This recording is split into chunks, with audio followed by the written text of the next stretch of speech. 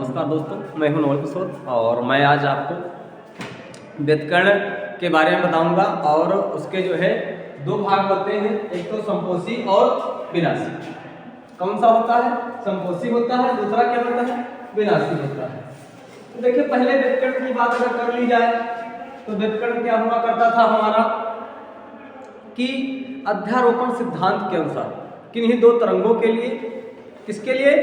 किन्हीं दो तरंगों के लिए अध्यारोपण सिद्धांत के अनुसार कुछ बिंदुओं पर तीव्रता क्या हो जाती है? अधिकतम, और कुछ बिंदुओं पर तीव्रता क्या हो जाती है? न्यूनतम।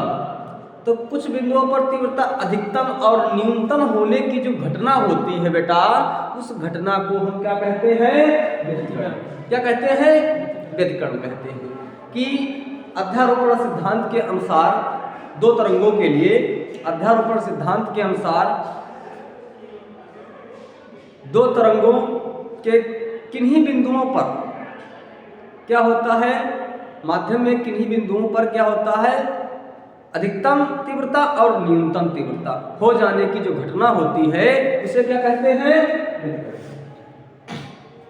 अब व्युत्कर्ण की बात अगर की जाए तो व्युत्कर्ण दो प्रकार का होता है, एक तो संपोषी व्युत्कर्ण और दूसरा विनाशी। कैसा होता है? विनाशी व्युत्कर्ण। तो संपोषी व्युत्कर्ण की बात की जाए अगर, तो संपोषी व्युत्कर्ण क्या होगा? संपोषी माने अधिकतम,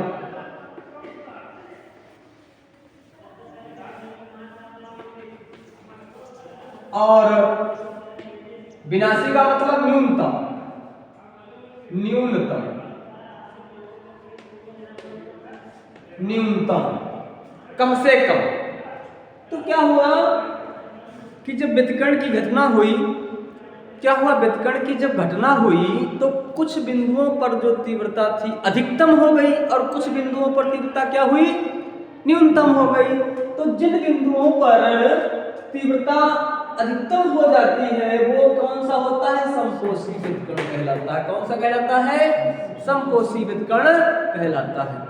परिभाषा: व्युत्कर्ण की घटना में, व्युत्कर्ण की घटना में जिन बिंदुओं पर तीव्रता अधिकतम हो जाती है वो हमारा संपोषी व्युत्कर्ण कहलाता है।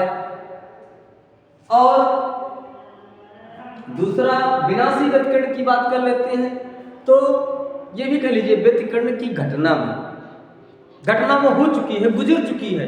व्युत्कर्ण की घटना में जिन बिंदुओं पर तीव्रता न्यूनतम हो जाती है, क्या हो जाती है? तीव्रता न्यूनतम हो जाती है, तो उन बिंदुओं को क्या कहते हैं? वो व्युत्कर्ण क्या कहलाता है? विनाशी व्युत्कर्ण कहलाता है। क्या कहलाता है बेटा? विनाशी व्युत्कर्ण कहलाता है। तो बात समझ में आई कि संपोषी व्युत्कर्ण क्या होता है? कि व्युत्कर्ण की घटना में जिन बिंदुओं पर तीव्रता का मान अधिकतम हो जाता है वो क्या कहलाता है? संपोषी। और विनाशी क्या कहलाता है? व्युत्कर्ण की घटना में जिन बिंदुओं पर तीव्रता का मान क्या हो जाता बेटा है? न्यूनतम हो जाता है, कम से कम हो जाता है, उसे क्या कहते हैं? विनाशी व्युत्कर्ण कहते हैं। तो विनाशी और संपोषी व्युत्कर्ण हो गए। अब अगर जो है इसमें देखा जाए संपोषी विनाशी के बाद, तो इसका एक जो है क्या आता है? प्रूफ आता है। वो अगले वीडियो में हम आपको प्रूफ बताएंगे। और ये